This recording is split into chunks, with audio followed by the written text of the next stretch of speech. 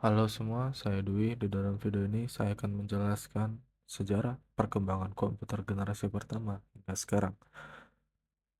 Komputer generasi pertama, yakni pada tahun 1940 sampai dengan 1959, adalah komputer yang menggunakan tabung vakum untuk memproses dan menyimpan data. Ia menjadi cepat panas dan mudah terbakar. Oleh karena itu, beribu-ribu tabung vakum diperlukan untuk menjalankan operasi keseluruhan komputer. Komputer generasi pertama ini 100% elektronik dan membantu para ahli dalam menyelesaikan masalah perhitungan dengan cepat dan tepat. Beberapa komputer generasi pertama ialah ENIAC, EDVEC komputer, EDSEC komputer, UNIVAC One komputer, dan seterusnya. Dan generasi komputer yang kedua, yakni pada tahun 1959 sampai dengan 1964. Awal mula perkembangan generasi ini yakni pada tahun 1948 berkat penemuan transistor yang sangat mempengaruhi perkembangan komputer. Transistor menggantikan tabung vakum di televisi, radio, dan komputer. Akibatnya, ukuran mesin-mesin elektrik berkurang drastis. Transistor mulai digunakan di dalam komputer mulai pada tahun 1956.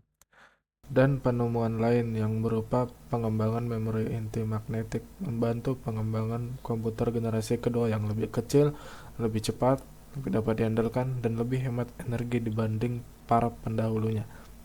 Mesin pertama yang memanfaatkan teknologi baru ini adalah superkomputer. IBM membuat superkomputer bernama Stretch dan Sprayran membuat komputer bernama LARC. Nah, kita akan berlanjut di komputer generasi ketiga yang berkisaran pada tahun 1965 sampai dengan 1970.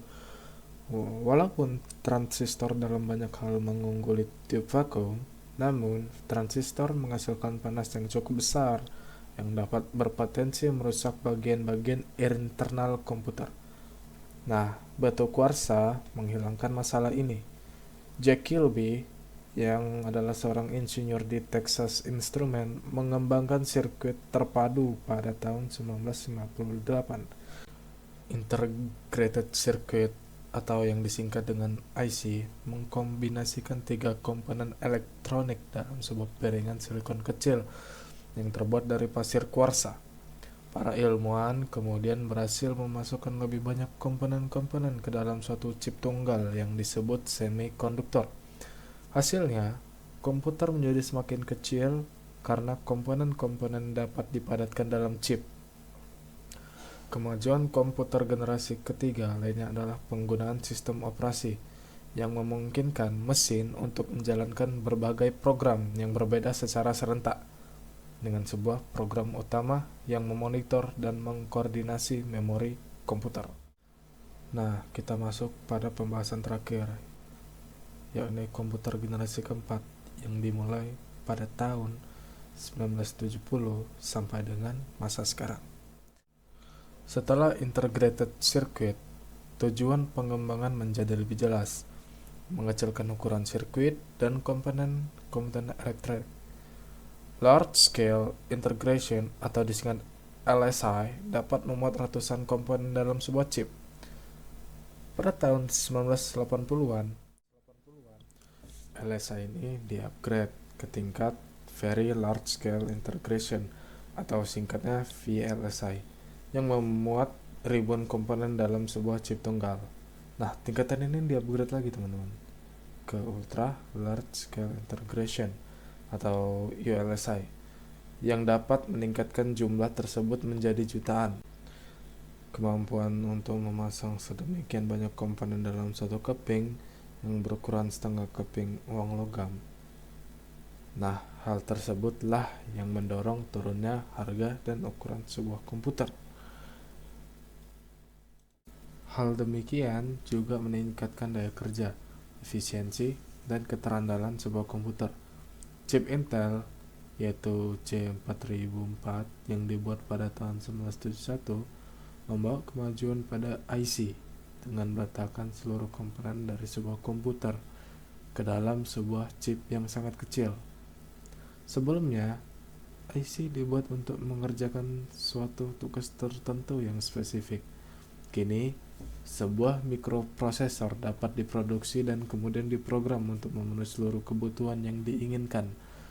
Tidak lama kemudian, setiap peranti rumah tangga seperti microwave, oven, televisi, dan mobil dengan electronic fuel injection dilengkapi dengan mikroprosesor.